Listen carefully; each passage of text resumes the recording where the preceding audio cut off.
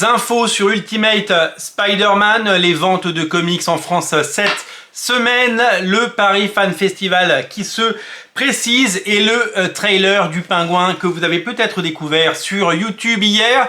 Bienvenue dans l'Actu Comics, votre émission qui vous donne toute l'actu comics et qui va évidemment commenter et débriefer avec vous toutes les news tombées récemment et qui pourraient vous intéresser si vous êtes fan de comics et d'adaptation comics.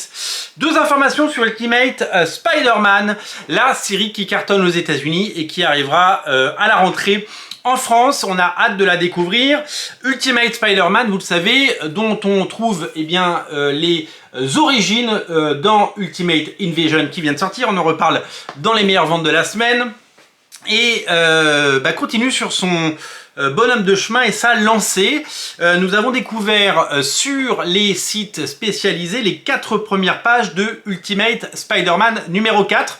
Et on découvre que ce n'est pas Marco Checchetto qui dessine, il est déjà remplacé par David Messina. Alors les pages sont très jolies, il n'y a aucun problème, mais on est une nouvelle fois un peu abattu de voir que aucun dessinateur ne fait plus de 3 épisodes avant d'être remplacé chez Marvel et que Marvel ne travaille pas suffisamment en amont pour nous proposer des arcs complets par le même artiste. Et c'est toujours quelque chose de problématique. On aimerait que Marvel laisse 6 mois ou 8 mois d'avance à des dessinateurs pour pouvoir prendre suffisamment d'avance. Qui change de dessinateur pour le deuxième arc à partir de l'épisode numéro 6 ou de l'épisode numéro 5 comme vous voulez, c'est une chose, mais n'avoir que 3 épisodes par le même artiste, c'est toujours frustrant. Voilà, j'aimerais dans un monde parfait que Marvel travaille plus en amont sur ses projets. Mais c'est quelque chose que j'ai découvert au fil des années chez Marvel. Quand ils annoncent quelque chose, les artistes n'ont pas encore commencé à travailler dessus. Typiquement, le X-Men de Ryan Stegman qui a été annoncé la semaine dernière, Ryan Stegman commence à poster des pages de son run. Donc ça sort en juin. Et il commence seulement à bosser dessus. Alors il a un peu d'avance quand même, mais il n'a pas énormément d'avance, ce qui veut dire qu'il sera très très vite remplacé. Et c'est toujours problématique. Je me souviens qu'à l'époque de l'annonce de Ultimates 3 par Joe Madureira, Marvel avait dit ça y est, on a trouvé la suite après Mark Millar et Brian Hitch, ce sera Jeff Loeb et Joe Madureira. À ce moment-là, je crois que Joe Madureira sur les réseaux sociaux avait dit ça sortira pas tout de suite parce que j'ai pas commencé à bosser dessus.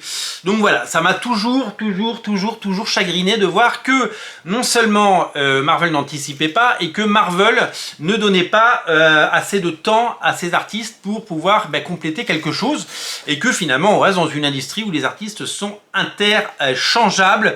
Le but numéro 1, c'est que les épisodes sortent à l'heure. Voilà, donc il n'y a pas de notion d'œuvre ou de notion de respect des créateurs et des auteurs et du public, et je trouve ça bien malheureux. Donc l'épisode 4 sera dessiné par David Messina.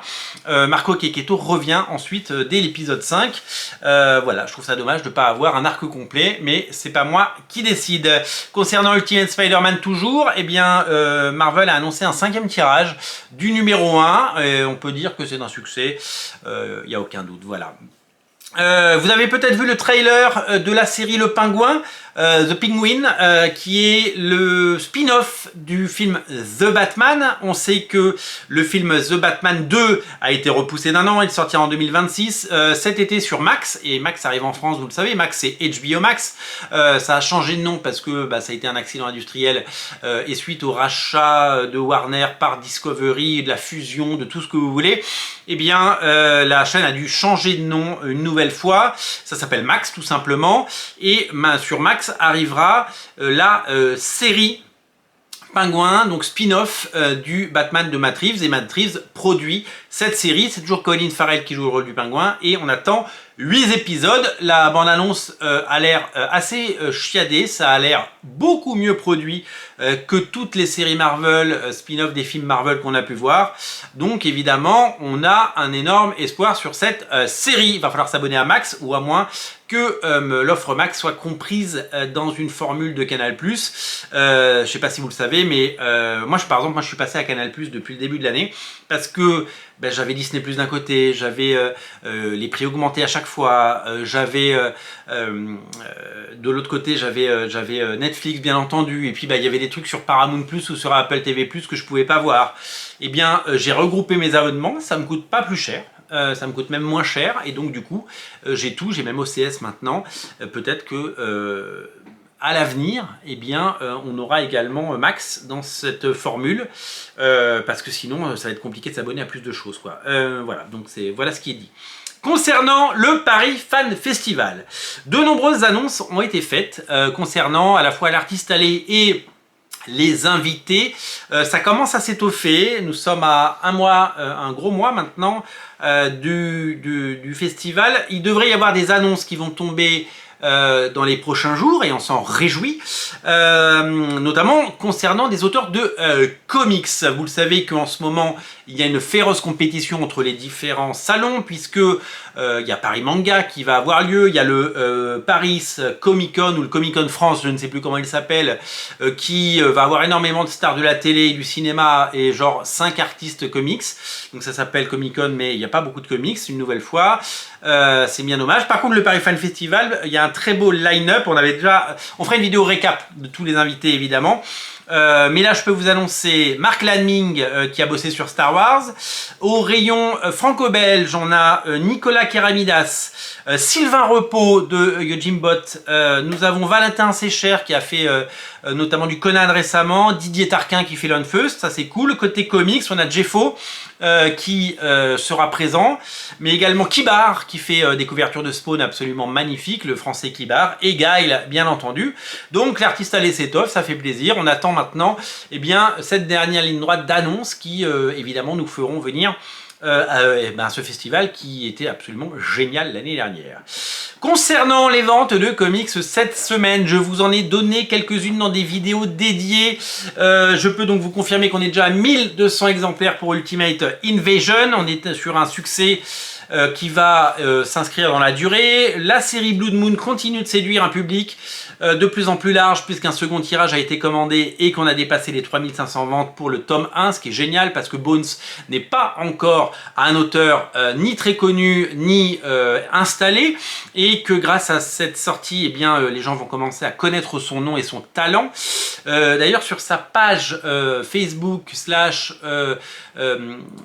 Instagram, Fred Bones, vous pouvez découvrir ses originaux en vente.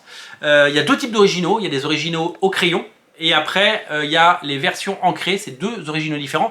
Les ancrés sont vendus sur Acheter de l'Art, le site internet, et il vend en direct les crayonnés, à petit prix en plus, donc c'est plutôt intéressant.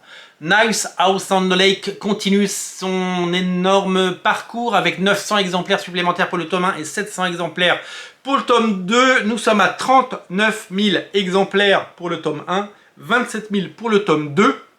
C'est assez taré parce que ça fait 66 000 exemplaires en tout, et c'est tout simplement exceptionnel. Ça continue, la belle aventure continue, et c'est tant mieux. Monica, grâce à son prix à Angoulême, c'est 700 nouvelles ventes cette semaine. On est à 14 000 exemplaires. Énorme pour Delcourt, énorme pour, vous savez, ce catalogue de Daniel Close chez Delcourt. Avant, c'était chez Cornelius, et donc ce succès va asseoir évidemment ce catalogue, et c'est tant mieux. Les guerres de Lucas continuent son joli bonhomme de chemin avec 1500 ventes supplémentaires. On est à 65 000. Le titre va certainement aller au-delà des 100 000 ventes, et c'est fabuleux. Et le Spider-Man Fake Red, vous savez, le manga Spider-Man, c'est 1500 exemplaires. C'est un succès, voilà, pour les ventes de la semaine. Voilà pour tout ce qui est de ces formidables succès que je partage avec vous toutes les semaines. Merci d'être nombreux à regarder l'Actu Comics. Merci à ceux qui réagissent et ceux qui s'abonnent. Merci à ceux qui arrivent, et je continuerai longtemps à faire ces émissions parce que je prends un vrai plaisir à les faire tout simplement. Merci à vous, merci à tous, et on se reparle très bientôt pour plein d'autres Actu Comics. Salut!